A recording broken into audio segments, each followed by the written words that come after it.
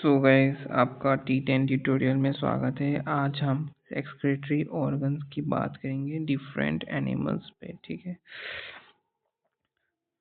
तो स्टार्ट करते हैं।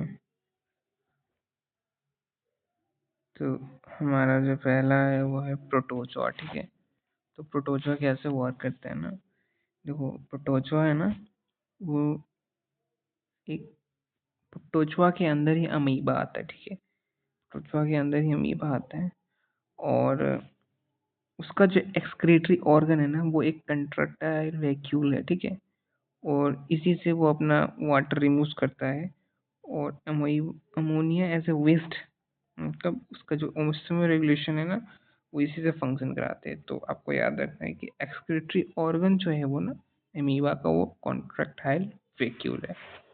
ठीक है, उसके बाद आते हैं पोरीफेरा। ठीक है, पोरीफेरा देखते हैं। पोरीफेरा जो है वो एक साइक्लोन के अंदर आ रहा है और इसका कोई स्पेशल ऑर्गन नहीं है।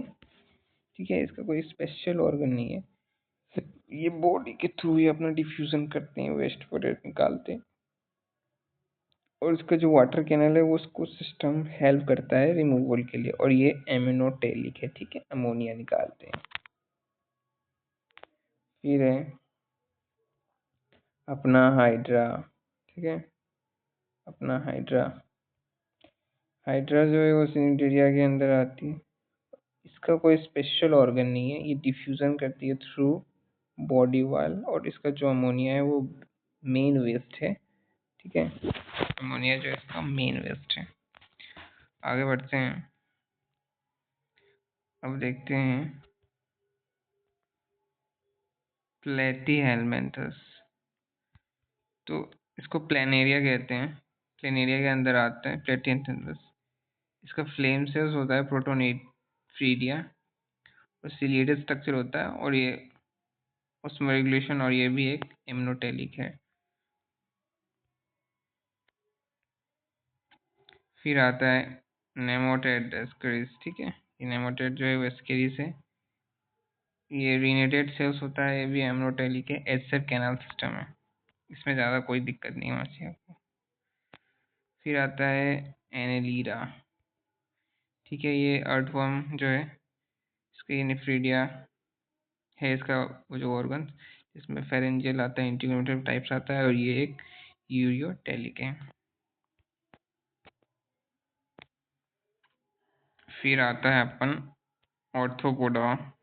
ठीक है, इसमें एग्जांपल है तो कॉकरोच, तो इसके जो एक्सक्रीटरी ऑर्गन्स है वो मल्टीपीजियन ट्यूब्स है। ठीक है, ये भी एक यूरिकोटेलिक है, वाटर कंजेशन के लिए काम आता है, तो आपको ये याद रखना, मल्टीपीजियन ट्यूब्स।